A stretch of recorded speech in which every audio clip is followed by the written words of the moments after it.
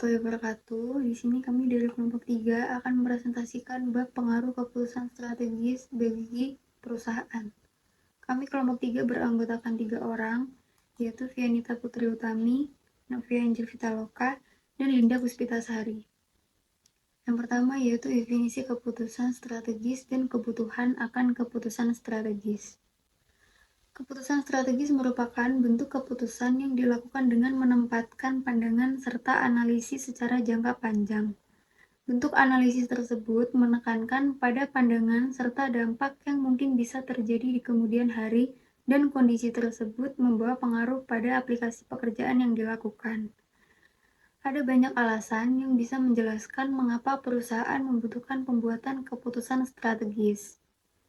Salah satu alasan yang mendasar adalah ingin mendapatkan posisi perusahaan sebagai perusahaan yang memiliki nilai kompetensi di pasar. Atas dasar itu, perekrutan tenaga kerja tidak harus dilakukan dengan pemaksaan, tetapi harus didasarkan atas dasar kompetensi. Kemudian, keputusan strategi dan kepemimpinan strategi. Kepemimpinan strategi adalah kemampuan untuk mengantisipasi, memberi inspirasi, mempertahankan fleksibilitas, dan memberdayakan orang lain untuk menciptakan perusahaan strategik yang diinginkan. Alasan mendasar mengapa dibutuhkan kepemimpinan strategi. Yang pertama yaitu persaingan yang semakin tinggi, serta pergerakan ekspansi bisnis dan dilakukan oleh seluruh sektor bisnis. Kemudian, konsumen merupakan mereka yang memberi keputusan dalam menentukan suatu produk diterima atau tidak, dan dunia saat ini berlaku konsep bondales hordel serta perkembangan dan sumbangan devisa dari sumber bisnis kepada negara.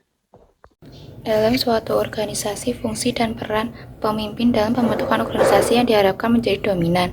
Pada era globalisasi, kepemimpinan yang dibutuhkan adalah yang memiliki nilai kompetensi yang tinggi, dan kompetensi itu bisa diperoleh jika pemimpin tersebut memiliki experience, pengalaman, dan sains ilmu pengetahuan yang maksimal. Untuk persaingan antara pemimpin dan karyawan berpotensi, Andreas Hareva mengatakan, namun bagi saya pertumbuhan dan perkembangan orang-orang yang berpotensi menjadi pemimpin bisnis justru menjadi tantangan untuk menyalurkan mereka supaya meraih peluang-peluang baru dan mendirikan unit-unit bisnis yang baru sehingga saluran-saluran pipa kepemimpinan leadership pipeline ini terus-menerus memproduksi pemimpin baru yang menyongsong peluang baru. Dari pendapat di atas dapat kita tarik suatu pemahaman bahwa seorang pemimpin memiliki pengaruh besar dalam mendorong peningkatan kinerja para karyawan. Peningkatan kualitas kinerja bawahan memiliki pengaruh pada penciptaan kualitas kerja sesuai dengan pengharapan. Artinya, para mitra bisnis dan konsumen akan menyukai hasil produk output yang dihasilkan, dan ini bertambah pada kondisi peningkatan perolehan keuntungan perusahaan khususnya. Perolehan keuntungan artinya kinerja keuangan atau financial performance yang dihasilkan telah tercapai sesuai harapan.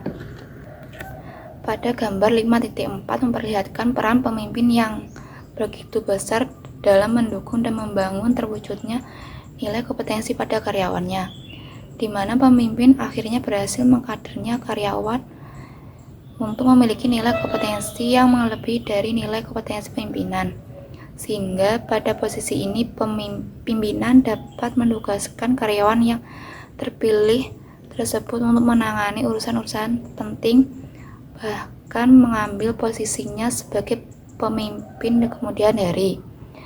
Di mata investor, perusahaan seperti ini dianggap memiliki tingkat konsolidan kuat dalam membangun dan mempertahankan kualitas kinerja keuangannya.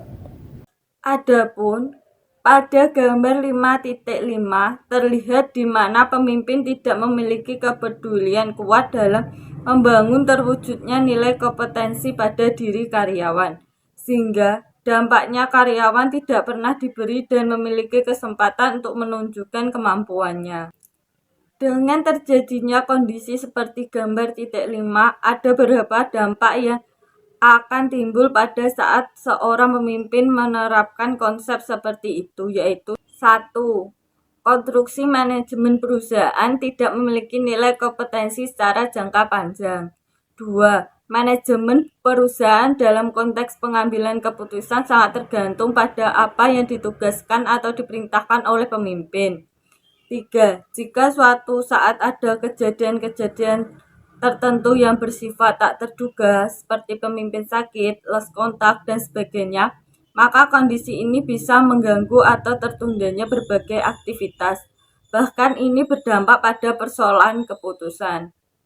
Kondisi seperti ini bisa memunculkan vacuum of power, kekosongan kekuasaan, dan jika tidak segera diatasi bisa menimbulkan penurunan nilai perusahaan di mata publik.